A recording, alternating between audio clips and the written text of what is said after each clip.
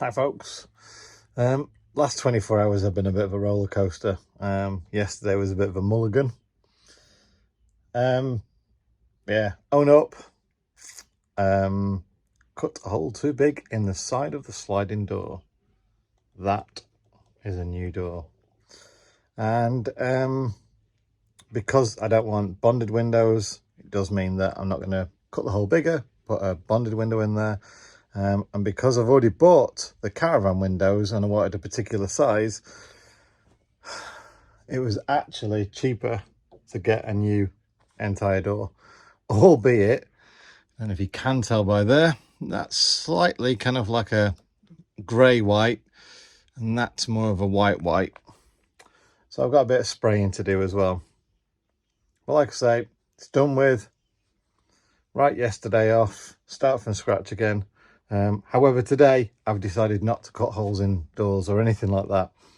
I just want to try and go through this with a different pace now, rather than getting people's help and trying to rush things and all that kind of stuff.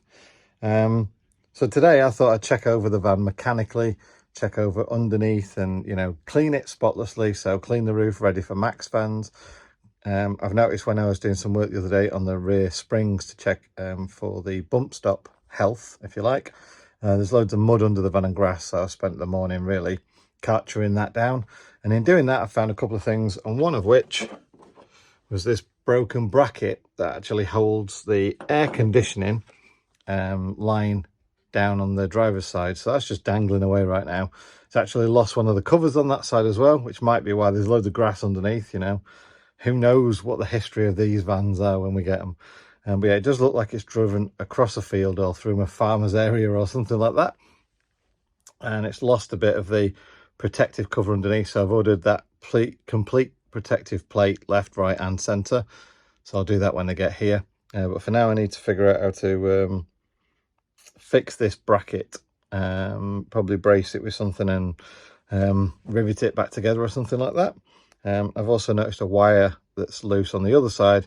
It could be brake wear indicator or something like that. I'll check that one out as well. But it's actually pretty clean. The rest of the van is very straight underneath. It's now clean of all the mud and everything like that. And everything else looks okay. So I'm quite pleased I did that. And like I say, as soon as I've done this, I'm actually going to do something quite exciting as well, which you may have spotted in the background there. And that is some very unique badass wheels and tires for a van that hopefully is going to be quite unique.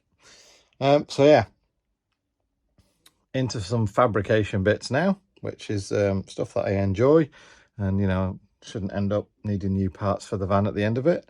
Shouldn't say never. Anyway, yeah, so let's get cracking on with that one. I'll show you underneath what I've been up to and what the problem is while I fix this and put it all back together again.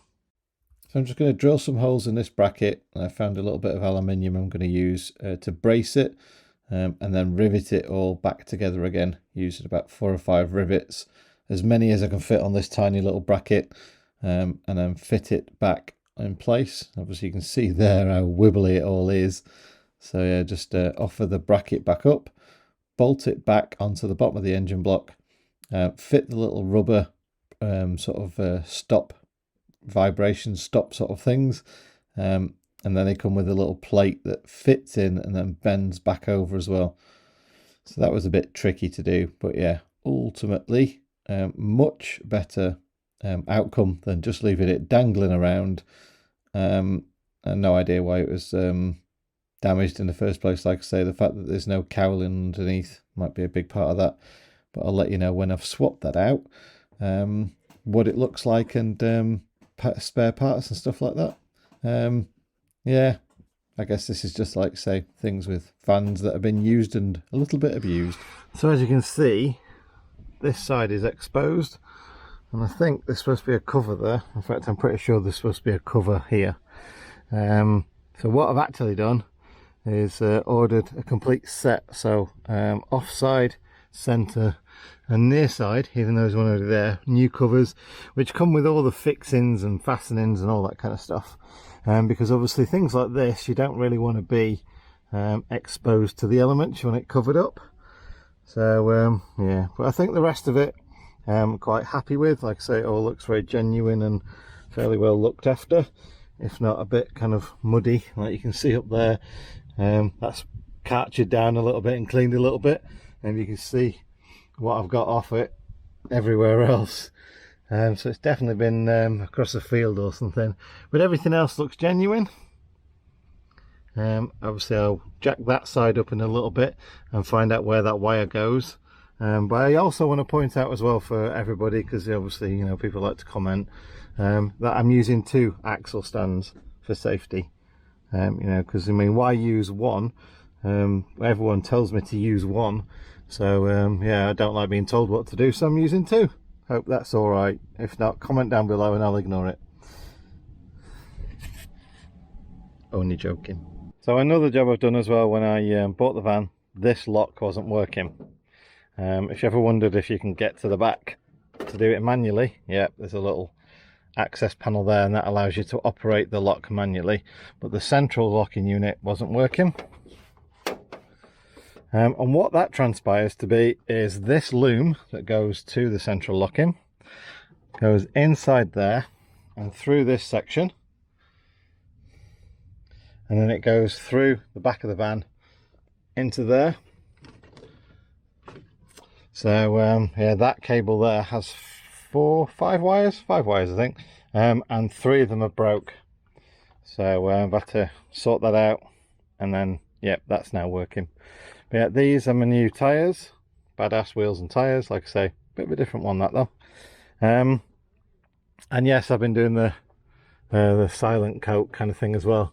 Did a bit of a test between the sponge one, or the closed cell foam, and the silent dead mat stuff, just to see which was best, and the dead mat stuff is by far the best. I was thinking that would be 2 in 1, like a bit of insulation and sound deadening, which doesn't offer any sound deadening at all. So that's been job number 1. I've had a few other jobs as well. This mirror cap was all smashed and everything, so I've put the shiny mirror caps on there and changed the indicators a little bit as well.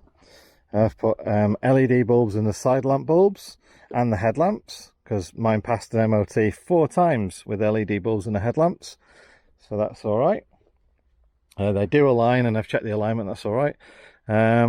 New wiper blades, generally a bit of a clean up inside, and you may have seen as well, future project, which is to swap the passenger seat for the double passenger seat, but I need to remove this first to try and help me along with it.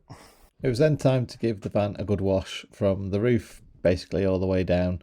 I wanted to check everything out, and I find not only is it nice and therapeutic, especially after what happened yesterday, but obviously you get to check everything as well, every tiny little part of the vehicle.